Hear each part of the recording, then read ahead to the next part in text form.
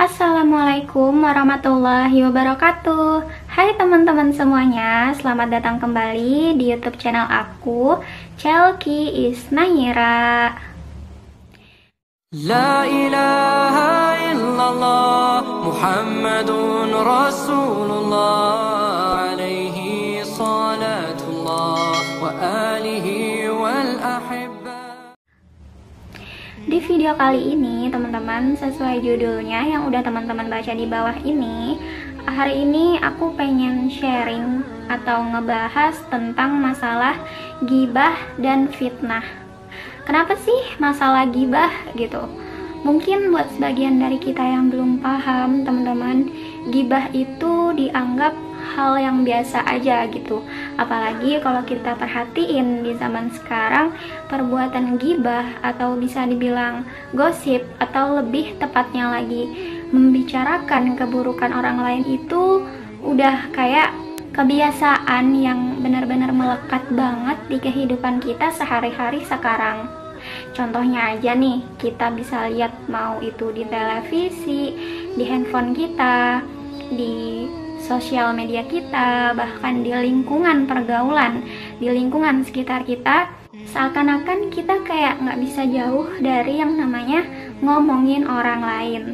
Malah ada nih teman-teman, buat sebagian orang, dengan membicarakan keburukan orang lain itu adalah hal yang seru banget gitu bagi mereka, hal yang menyenangkan banget gitu untuk mereka lakukan.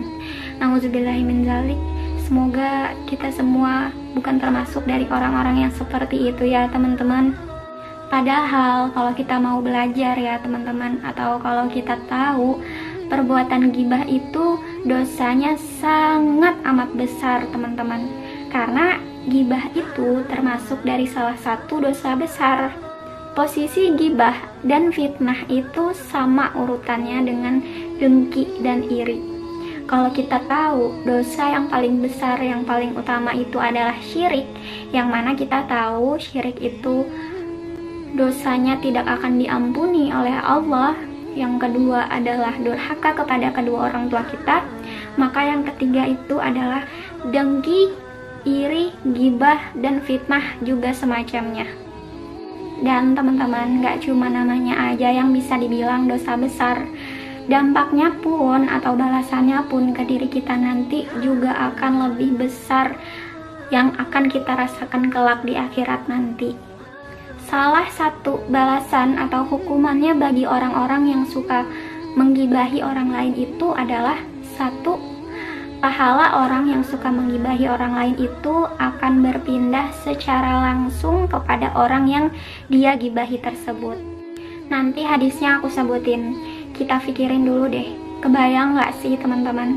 Sekali kita ngegibahin orang aja, itu semua pahala kita udah langsung berpindah kepada orang yang kita gibahi itu. Gimana kalau kita sering ngelakuin hal itu coba? Bayangin deh, dalam seumur hidup kita dari dulu sampai sekarang, udah berapa sih kita yang namanya ngomongin orang lain, kita yang namanya menghina orang lain, kita yang namanya menjelekkan orang lain, memfitnah orang lain. Banyak banget kan teman-teman. Jadinya juga percuma gitu.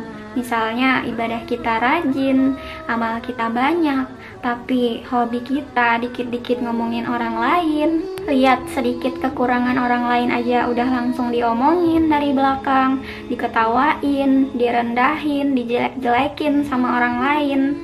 Percuma juga gitu, toh pahala kalian juga nantinya akan berpindah secara langsung kepada orang yang kalian gibahi itu.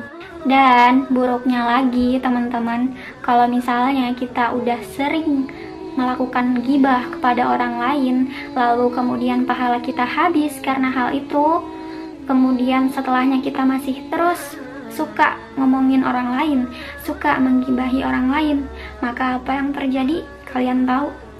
Yang terjadi adalah gantinya semua dosa-dosa orang yang kalian gibahi itu akan berpindah secara langsung kepada kalian yang suka menggibahi orang lain itu.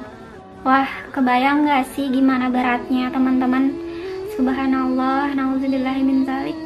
Semoga kita semua bisa terhindar dari perbuatan itu ya teman-teman. Kalau kita lihat gimana nggak ruginya kan teman-teman, orang seperti itu udah pahalanya habis, dosanya bertambah banyak, berkali-kali lipat. Yang rugi siapa? Yang rugi adalah dia sendiri, bukan orang lain.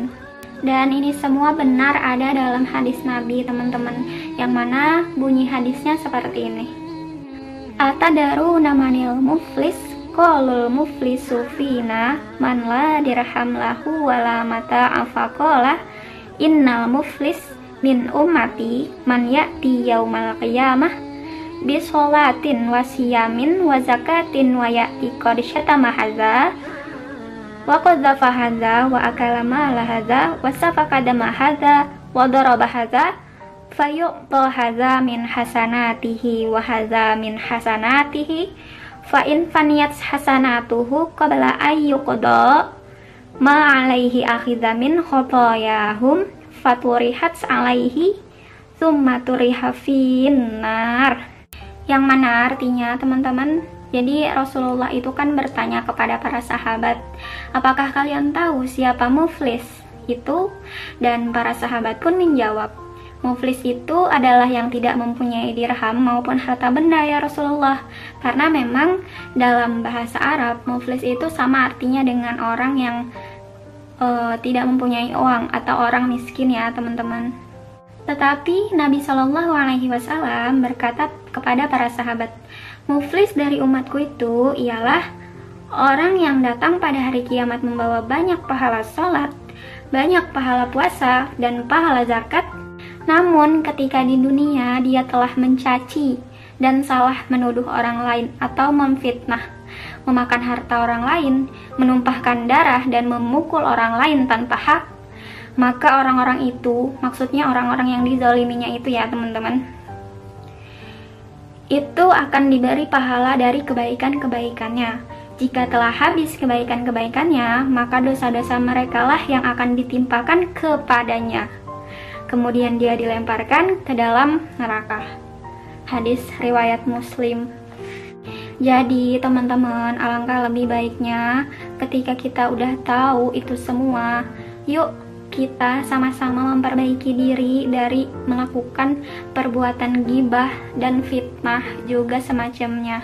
Dan kalau misalnya nanti nih kita udah bisa berusaha nggak ngomongin orang lain, misalnya nggak ngehina orang lain, nggak menggibahi orang lain, tapi malah yang ada diri kita sendiri yang diomongin orang lain, dihina orang lain, digibah orang lain, kitanya sendiri juga nggak perlu marah, nggak perlu membalas, dan nggak perlu sedih sama sekali teman-teman. Kenapa gitu? Karena kabar baiknya kita udah tahu dan udah ngerti gitu. Yang beruntung adalah diri kalian sendiri, bukan orang yang menggibahi kalian atau yang menghina kalian atau yang memfitnah kalian. Makanya kenapa Rasulullah selalu menyuruh kita lebih baik kita berkata yang baik-baik, atau kalau nggak bisa lebih baik kita diam daripada kita banyak berbicara tapi yang buruk-buruk.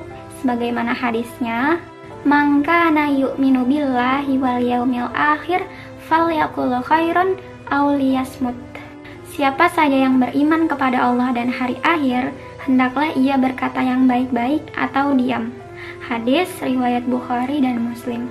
Makanya kenapa orang-orang baik itu sikapnya bisa sabar, bisa santai aja gitu kalau misalnya ada yang ngehina dia, ngerendahin dia, ngegibahin dia, ngomongin dia.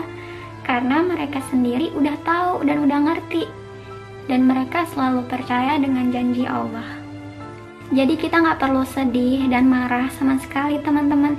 Justru harusnya kita bersyukur, karena dari situ kita bisa dapat pahala gratis. Ya enggak? Kenapa seorang mukmin yang baik itu hidupnya selalu bahagia? Karena bagaimanapun jalan hidupnya, dia selalu bersyukur dan percaya dengan janji Allah. Allah itu pasti akan selalu memberikan yang terbaik buat kita. Ketika dijahatin orang, dia selalu bersyukur karena dia tahu di sana ladang pahalanya. Ketika dia mendapatkan kenikmatan dan kebahagiaan, dia lebih bersyukur, alhamdulillah. Dan satu lagi teman-teman, ciri-ciri seorang mukmin yang baik itu, yang kuat imannya itu adalah satu, dia bisa menahan lisannya dari hal-hal yang dilarang Tuhannya Allah Subhanahu wa Ta'ala dan Rasulnya Muhammad Shallallahu Alaihi Wasallam. Dan 2, dia bisa menahan tangannya dari perkara-perkara yang dilarang oleh syariat Islam. Yaps, jadi begitulah, dan cukup segitu dulu sharing aku kali ini teman-teman. Semoga apa yang aku sampaikan tadi bisa dimengerti, bisa dipahami, bisa bermanfaat buat kita semua, dan juga bisa membuka hidayah untuk kita semua. Teruslah berbuat baik, dan terima kasih buat teman-teman yang udah nonton.